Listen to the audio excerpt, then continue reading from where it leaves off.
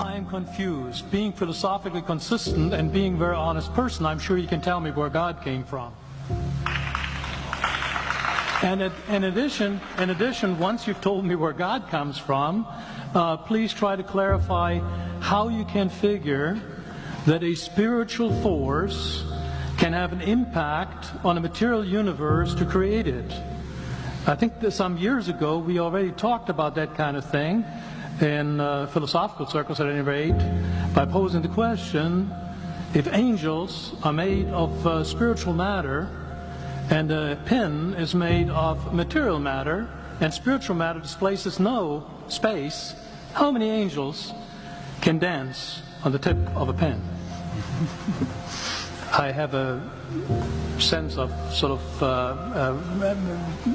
reversal experience here, but please do, go ahead. You've got 5 minutes.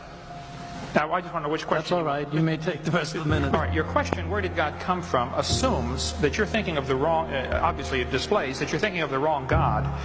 Because the God of the Bible is not affected by time, space, or matter. If he's affected by time, space, or matter, he's not God.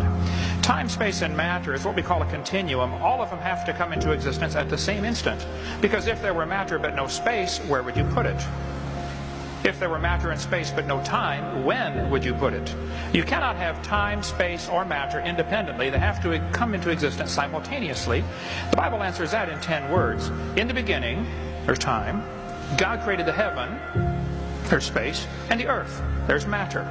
So you have time, space, matter created, a trinity of trinities there. Just, time is past, present, future. Space has length, width, height. Matter has solid, liquid, gas. You have a trinity of trinities created instantaneously, and the God who created them has to be outside of them. If he's limited by time, he's not God.